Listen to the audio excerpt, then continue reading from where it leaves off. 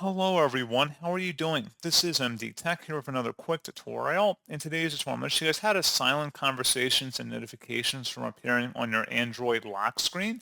So this should hopefully be a pretty straightforward process here, guys. And without further ado, let's go ahead and jump right into it. All you have to do is swipe up on your home screen and select the setting gear button. And then you want to go and select the notifications button on this page, and then go down underneath where it says privacy and select where it says notifications on lock screen and select that.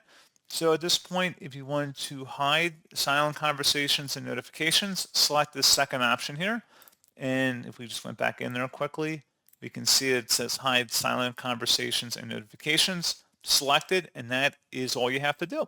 So pretty straightforward process, guys. And as always, thank you for watching. I do hope that I was able to help you out, and I do look forward to catching you all in the next tutorial. Goodbye.